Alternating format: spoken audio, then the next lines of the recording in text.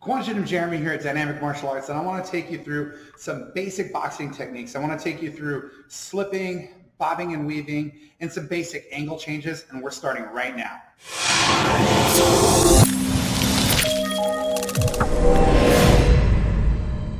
Okay, we're going to get started with the bob and weave. All right, bobbing and weaving is one of the first skills that we have. It's actually in our Orange Belt curriculum.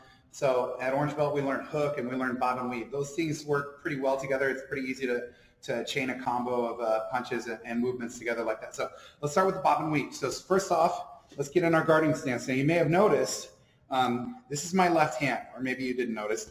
It's okay. This is my left hand. It should be on the same side of the screen as your left hand. So that way you can kind of follow along with which direction I go.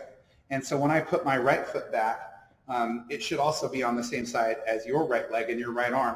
That should make it a little easier to follow along with these movements. So hands up, elbows in. Let's talk bob and weave, okay? Bob and weave is also known as a U slip, right? The letter U is shaped like this. Let's draw a U on the screen, right? That's what we're gonna do with our head. We're gonna draw the letter U, all right? So we got our hands up, we're gonna dip down, we're gonna move over, and we're gonna stand up. See how I did that, right?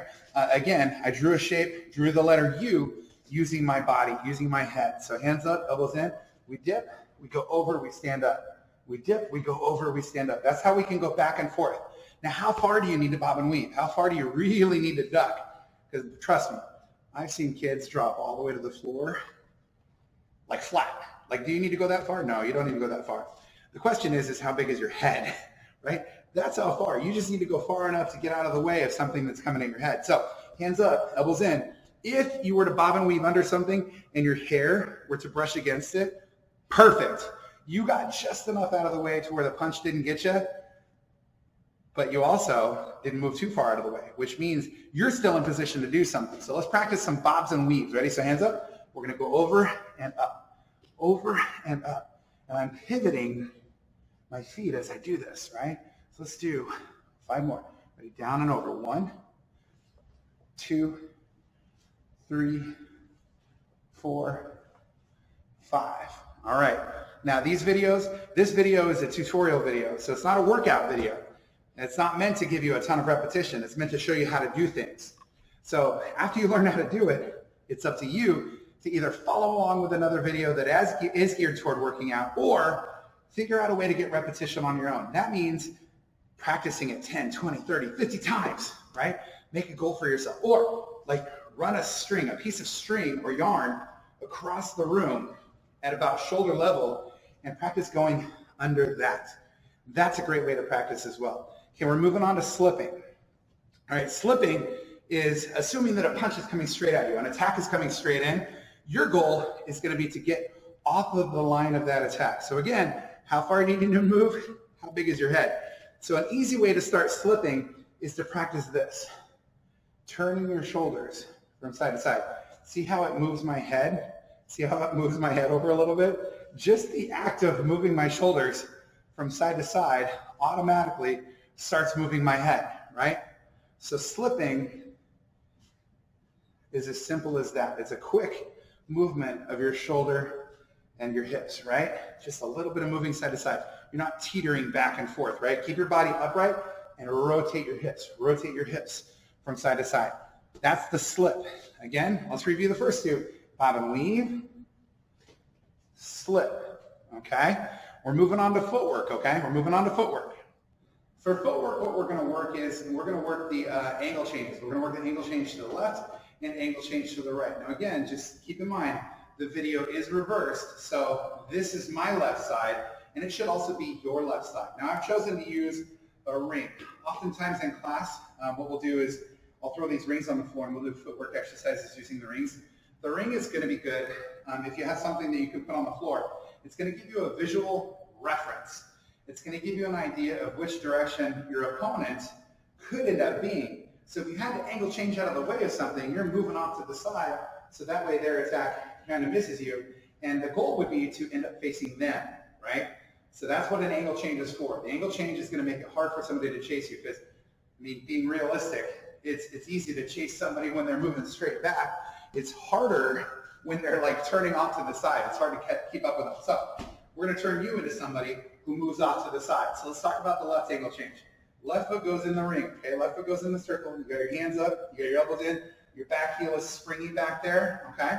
Take your left foot, take your front foot, and you're going to step out of the ring, right? Step off to the side and slip your shoulders, just like we practiced earlier when we were slipping. So hands up, ready? Slip those shoulders.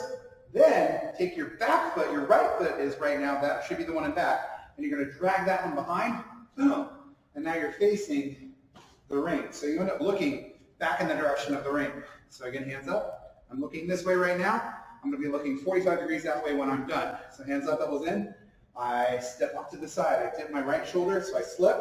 Now when I pull my right foot back, I also pull my right shoulder. And then pulling that right shoulder is going to help me to finish the angle change.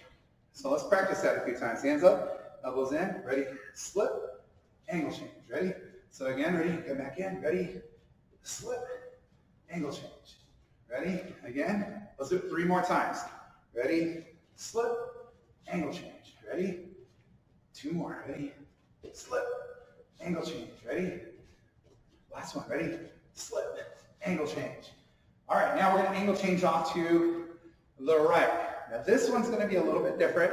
Our goal is going to be to keep the same hand in front. So to do that, we actually have to do our footwork just a little bit differently when we go off to this side. Again, remember, this is my right side, should also be your right side. So we got our hands up, right? So I'm going to step with my right foot this time. My right foot's going to be the first one to step. So it's not the one that's in the ring like we did the last time. Last time I went this way. This time we go this way. So if I'm slipping to my right, right foot steps first.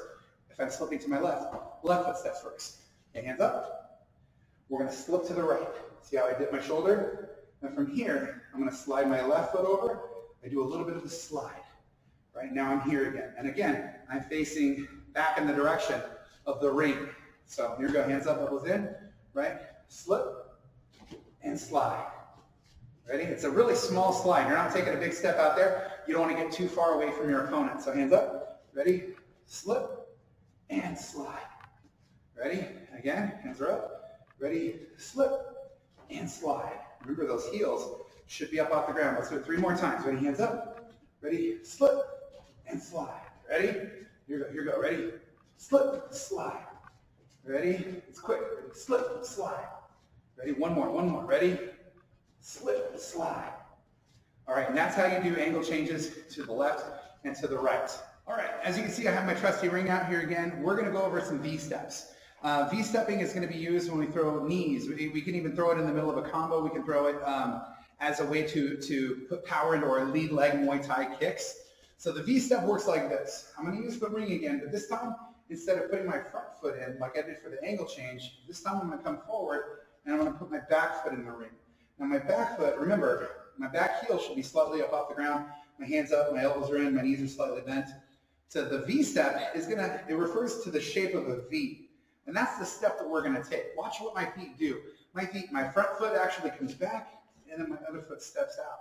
Right? So did you see the V shape on the floor? So watch again. Boom.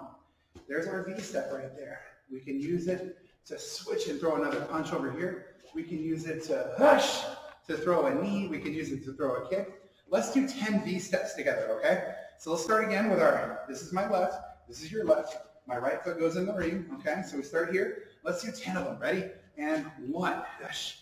We should end up over here in a good guarding stance. Ready? 2, hush. Ready? 3, hush. 4, hush. 5, hush. 6, 7, 8, 9, last one, ready, and 10. And there's your V-step. All right, so in this video, we went over how to do the bob and weave, how to do slipping, and then also how to do angle changes to the left and to the right. So everything that we're gonna do with boxing includes and incorporates footwork.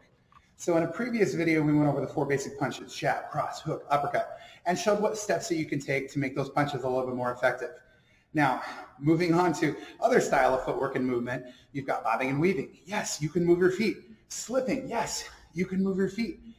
The angle changes. You have to move your feet because you're literally moving off angle, right? So if I'm facing you, you're my opponent. Boom, I'm coming over here and I'm facing you this way.